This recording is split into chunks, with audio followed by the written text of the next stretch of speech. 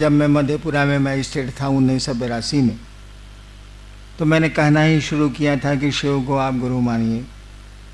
उसके पहले 8 साल तक मैं किसी को कहता नहीं था कि शिव को गुरु मानिए, क्योंकि मुझको भी लगता था कि यहाँ भी गोलमाल, यहाँ भी हेरा फेरी, इसलिए मैं किसी को बोलता ही नहीं था, चुप रहता था।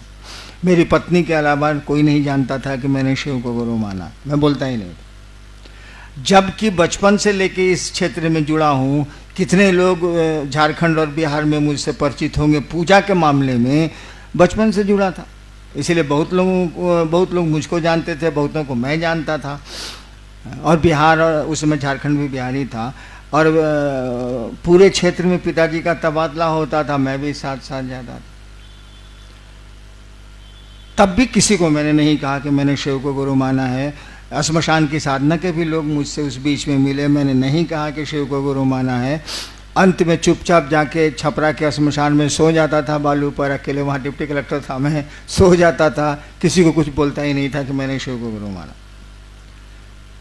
जब मुझको एहसास होने लगा कि ये तो गुरु है, बिना शरीर और बिना बोले गुरु का काम करता है, और तब ये बात मुझसे नहीं रही गई ये बात, और मैंने धीरे धीरे कहना शुरू किया। तो मेरी तो शुरुआत ही है, मैंने तो शुरू ही किया है। ठीक है, ये बात बिल्कुल अलहदा है कि किसी की प्रेरणा साथ थी, कोई था जो दिख नहीं रहा था, कोई इस ओर ले चल रहा था। ले चलने वाला अगर छोड़ दे तो हम आप कोई नहीं चल सकते। अगर उस शिव की दया न हो, वो आपके गुरु दया न करें, नहीं चल सकते आप। और जिस तरह से शिव ईश्वर के रूप में हमको आपको नियंत्रित करते हैं, वो गुरु के रूप में भी शिष्य को नियंत्रित करती हैं। ईश्वर के रूप में जिस तरह से हम आप उसकी पकड़ में हैं, गुरु के रूप में भी जैसे जैसे शिष्य भाव आवेगा, आप उनकी पकड़ में जाते चले जाएंगे। अगर पकड़ में नहीं गए तो चलना बड़ा कठिन हो जाएगा। ये रास्ता है बड़ा आसान, बड़ा सहज, बिल्कुल हल्का फुल्का, लेकिन किसी की दया पर निर्भर करता। वो आपके गुरु हैं। आप लाख चर्चा कर लीजिए, 3 सूत्र हैं ना आपके, दया मांगना, चर्चा करना, प्रणाम करना। लाख आप चर्चा कर लीजिए, लाख आप नमः शिवाय कर लीजिए, लाख दया मांग लीजिए, लेकिन जब तक उसकी दया निश्रित नहीं होती है शिष्य भाव पर या शिष्य पर, तब तक आप बढ़िया वाचक हो सकते हैं, बढ़िया बोल सकते हैं, आप शिव शिष्यता पर समझा सकते हैं आप, लेकिन शिव शिष्य नहीं हो सकते। शिव शिष्यता पर बहुत बढ़िया लेक्चर दे सकते हैं आप, सही अवधारणा दे सकते हैं आप, सही बात बता सकते हैं आप, लेकिन शिव शिष्य नहीं हो। शिव शिष्य बनने के लिए तो आपको उस शिव की दया चाहिए, और दया आपको मिलेगी जो आपका गुरु कहता है वो करने से। उसने जो कहा तो कुछ नहीं, उसने इतनी सी बात कही, गप करो। गप को केवल बांध दिया। किस बिंदु पर गप करो? तो शिव गुरु हैं, ये लोगों को समझाओ, बस, और कुछ नहीं किया उसने। बाकी पहला और तीसरा सूत्र तो मैंने डाल दिए, मुझको मिले थे, मैंने डाल दिए। सबसे पहले मुझको नमः शिवाय वायु मार्ग से मिला था, मैंने डाल दिया। बाद में समझ में आई बात कि खेला तो गुरु की दया का है, तो उसको पहले नंबर पर ले गए। गुरु आदेश था तो उसको दूसरे नंबर पर ले आए। अब उनकी चर्चा, शिव की चर्चा बिना उनकी दया से तो हो ही नहीं सकती है। शिष्य के जीवन के आधार ही गुरु हैं, इसीलिए पहले सूत्र में दया को रखा गया। उसको तो रखना ही रखना होगा। गुरु का आदेश 2 नंबर पर आया, 1 नंबर पर नहीं रहा, जबकि नियम है कि शिष्य के लिए गुरु का आदेश सर्वोपरि होता है, आपको तो उसको करना ही करना है। अन्य तो उनसे कहिए कि आपसे नहीं होता, ये कहने में भी संकोच है। अभी कुछ लोगों ने मुझसे कहा कि कुछ लोग संगोष्ठी में आना चाहते हैं, हमका जगह है, बुला लीजिए। हमने कहा कि कहा क्यों नहीं इन लोगों ने, इतने लोगों को फ्री किया गया, कहा क्यों नहीं इन लोगों ने? पहले कहते जब 170 आदमी को मुफ्त हम लोग बुलाए हैं तो 75 को नहीं बुला सकते थे? बोलना तो चाहिए, बोलते क्यों नहीं है भाई साहब आप? जब कार्यक्रम शुरू हो जाता है तो पहुंच जाते हैं, रोने लगते हैं। क्या करें, आदमी हैं हम। चलो भाई आने दो, पहले बोल तो दीजिए। आपका दर्द हम लोग भी समझते हैं, ऐसा थोड़ी है। तो वो शिव आपका दर्द समझता है, आप समझे या तो ना समझे, वो समझता है। आप उनसे क्यों नहीं कहते हैं कि आप हम पर दया करिए? आपका आदेश हमसे नहीं होता, हमको आपके बारे में गप करने का मन ही नहीं करता। जब मन नहीं करेगा तो आप क्या करिएगा? सोना बताइए। मन ही किसी काम को करने को नहीं कर रहा है, तब आपके पास कौन सा साधन बचा है, कौन सा उपाय आपके पास बचा है? गुरु की दया, गुरु के दया के आश्रम में जाइए, उन्हीं से कहिए। या जिन लोगों ने आपको कहा है कि शिव गुरु हैं और शिव चर्चा करो, उनको कहिए कि भैया आपने कहा ही काम करने को, हमारा मन नहीं करता है, हम करें तो क्या करें, आप कोई उपाय बताइए। उनको भी जवाब देना होगा, क्यों आपको उन्होंने प्रेरित किया, और वो भी आपको जवाब दे सकते हैं, वो भी आप पर दया कर सकते हैं, क्योंकि गुरु भाव को दया करने का अधिकार है। तो जितना शिष्य भाव आप में आया है उतना तो गुरु भाव है, उतनी तो दया आप कर ही सकते हैं। और कम से कम गुरु का आदेश है तो उस आदेश में बल होता है। आदेश बिना बल के हो ही नहीं सकता। अगर कोई आदेश देता है और उसमें ताकत नहीं है, आदेश लागू नहीं होगा। हमने एक कहानी सुनाई थी, कहानी क्या सच्ची घटना आपको सुनाता हूं। बंगाल में अंग्रेजों का शासन था। कलकत्ता में हुआ क्या कि एक तालाब था, उसमें पानी पीने की दिक्कत थी। तो मोहल्ले वाले चाहते थे कि इस तालाब का पानी गंदगी से बचा लिया जाए, और मोहल्ले वाले कपड़ा भी धोते थे, लेटरिन से जाके भी शौच करते थे, अपने गंदा करते थे। मोहल्ले वालों ने एक साइन बोर्ड टांगा कि इसको गंदा नहीं करें, कमेटी बना के गंदा नहीं करें, गंदा करने से ये पानी ये होता है वो होता है, हम लोग को पानी पीने की दिक्कत है, इसको पीने के लिए बचाया जाए। कोई नहीं माना, वो नोटिस को कोई नहीं माना। नतीजा हुआ कि कमेटी वाले लोग वहाँ के डिस्ट्रिक्ट मजिस्ट्रेट के यहाँ, कलेक्टर के यहाँ गए।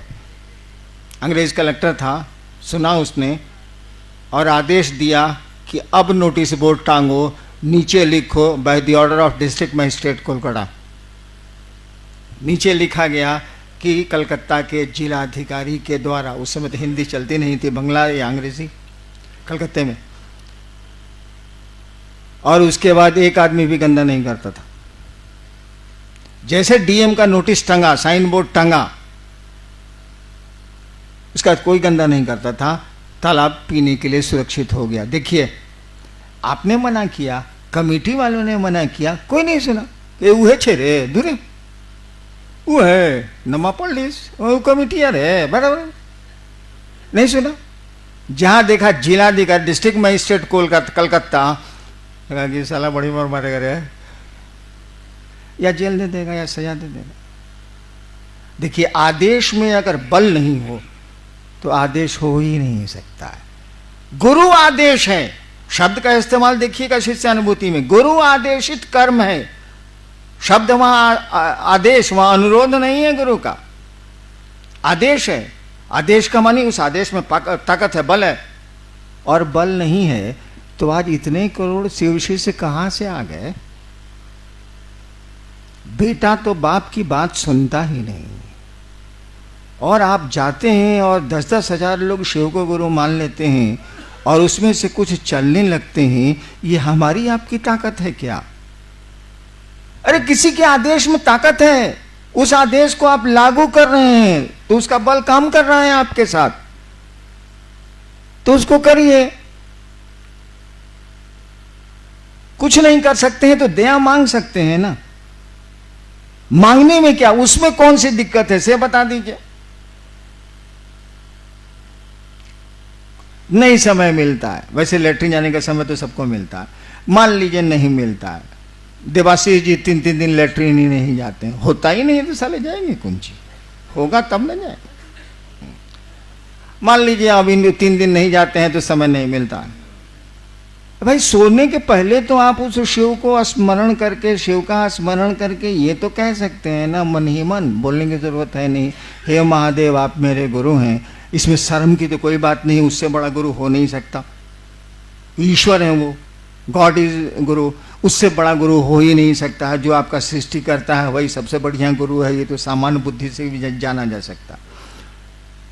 उसी से कह रहे हैं कि हे शिव आप मेरे गुरु हैं, मुझ पर दया कर दीजिए, आपका कम्मा हमसे नहीं होता। धीरे धीरे धीरे धीरे होता क्या है ना कि आप कुछ भी करिए, आप मोक्ष को क्यों नहीं पाने की स्थिति में हो, आप बहुत बड़े पीर पैगंबर हो जाइए, कोई दिक्कत नहीं है, लेकिन आपके जो प्रारब्ध कर्म हैं, जो आपके पूर्व के कर्म हैं, जो आपके भोग में आ रहे हैं, और समय आपका पीछा नहीं छोड़ता, वो आपको पकड़ लेगा और आपके लिए बाधा पैदा करेगा। वो कर्मफल उस शिव की ओर जाने में, उस परमात्मा की ओर जाने, उस गुरु की ओर जाने में वही बाधा पैदा करते हैं। आपके कर्मफल जो हमने आपने किया है, अच्छा बुरा, वही आता, अच्छा भी आवेगा वो रुकता है, वही बाधा पैदा करते हैं। शिव की दया आपके प्रारब्ध और काल के प्रभाव को कम करती है। तो हम लोगों ने तो इतनी छूट दी, नियम तो यही है कि दया मिलेगी गुरु आदेशित कर्म से, नियम तो यही है। हम लोगों ने छूट दे दी कि चलिए ये कर्म अगर नहीं भी आपका आपसे होता है, गुरु चर्चा आपसे नहीं भी होती है, तो उस महादेव से रिक्वेस्ट करने का भी आपको मुंह नहीं है, इतना तो कर ही सकते हैं ना। और धीरे धीरे अगर दिल से ये आवाज़ उठ जाए कि हे महादेव आप दया करिए, आपका काम नहीं हो रहा है, तो एक समय ज़रूर आएगा कि दया हो जाएगी। सरकार ने जब 1988 में मुझको पटना का मजिस्ट्रेट बनाया, कंट्रोल रूम का इंचार्ज बनाया, तो मैं तो मधेपुरा में खूब शिव चर्चा करके आया था। कम ही लोग थे लेकिन अच्छी चर्चा होती थी वहाँ। पटना आया, कोई सुन भी नहीं करे हमारी बात। मैं तंत्र की मोटी मोटी किताब जीप में रखवा लेता था, कंट्रोल रूम में ले जाके टेबल पर झूठो मूठो रखता था कि कोई पूछे कि आपको तंत्र में मन होने लगता है का, साला कोई नहीं पूछे। कितने लोगों ने ये सोच के कि हैनान जी तांत्रिक है, हम कहा चलो इसी पर चलेगा, तांत्रिक है। अरे फंसाने के लिए साला सांप नहीं दिखाया जाता, बेचना तो साला दांत मंजन है। कितने लोगों ने हमको कहा कि देखिए आप बहुत पूजा पाठ करते हैं, बहुत किताब उताब लेके चलते हैं, इससे ज़्यादा तो लोग जानता नहीं था, हमारा बेटा खो गया है, जरा खोजवा नहीं दीजिएगा, वह कुछ बता दीजिए, हम कहे ना 7वें दिन मिल जाएगा। ये सब भी काम बहुत किया हम, लेकिन जब मिल जाए तो 4 महीना के बाद साला नजर आए हमको। हम कहा ये साहब आप 4 महीना पहले मिले थे, बेटवा मिला तो खबर करने आए, उसके बाद आप 4 महीना के बाद नजर आ रहे हैं। कहा क्या करें सर, बगल वाला हमारी बीवी को बड़ी गाली देता है, सोचा कि आपसे थाना में फ़ोन करा देते हैं। हमको उठ यहाँ से साला, तुम कंट्रोल में हिम्मत कैसे क्या आने का, निकल यहाँ से साले पुलिस ऑफिसर निकल। मैंने गुस्सा के उसको मैं डांट देता था कि साला हमरा तो दंतमंजन कीना नहीं, सांप भी देख लिया, दंतमंजन कीना नहीं, इससे हमको क्या मतलब। ये स्थिति थी कि हमने खाना छोड़ा। हमने पत्नी को कहा कि एक शिवसी से नहीं बन रहा है साला, आज बच्चों का खाना बनेगा, यही अन्नू मोनू लवली छोटे छोटे थे, खाना बनेगा, हम लोग का खाना बंद रहेगा। 2 दिन खाना छोड़े, हम तो खाना छोड़ने के ऐसे ही मास्टर हैं, सब लोग जानता है। 2 दिन खाना छोड़े, मेरा महादेव, मेरे टीवी के चैनल में कुछ आता है जो दूसरों को नहीं आता, हम क्या कर सकते हैं, झूठी बात सही। मेरे महादेव ने कहा जिद नहीं करो, खाना खाओ। तो अब क्या करें, हमारा टीवी झूठे बोल रहा है, तो हमारे ने टीवी, हम आपका टीवी कहाँ से लावेंगे भाई साहब, जो मेरे पास है वही न रहेगा। खाना खा लिया। शाम होती थी जब मैं लौटता था कलेक्ट्रेट से, तो बालकोनी में, सरकारी क्वार्टर था, बालकोनी में कुर्सी लगा के हाँ मैं पत्नी मेरी बैठे रहते थे कि लोग आ रहा है, कहीं इधर तो नहीं आ रहा है, आवेगा तो साले को चाय भी पिलाएंगे और शिव चर्चा भी सुनाएंगे। साला आवे और उधर मुड़ जाए। अफसोस फ्लैट है, बहुत क्वार्टर है उसमें, उधर मुड़ जा, हमके दूर से आज कोई नहीं आया। 9 महीना बीत गया, एग्जैक्ट 9 months, 9 महीना बीत गया और एक आदमी शिवजी से नहीं बना। हमारे जैसा हल्ला करने वाला, मैं बहुत बवाली आदमी रहा हूं आज तक, हमरे जैसा हल्ला करने वाला, महादेव को पिरने वाला, और जितनी ताकत थी मैंने इस्तेमाल किया। और महादेव की दया से कुछ ताकत आपसे ज़्यादा जरूर रही है, अब नहीं। अब आप ताकतवर हैं, मैं बहुत कमज़ोर हो गया हूं। सबका मैंने इस्तेमाल किया और कुछ नहीं बना। 9 महीने के बाद स्थिति में बदलाव आया।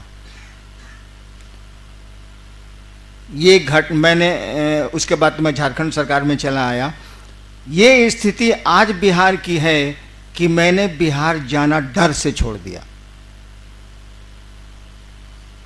एक दिन मैं महादेव से कह के थक गया था और कुछ नहीं हुआ था 9 महीने तक।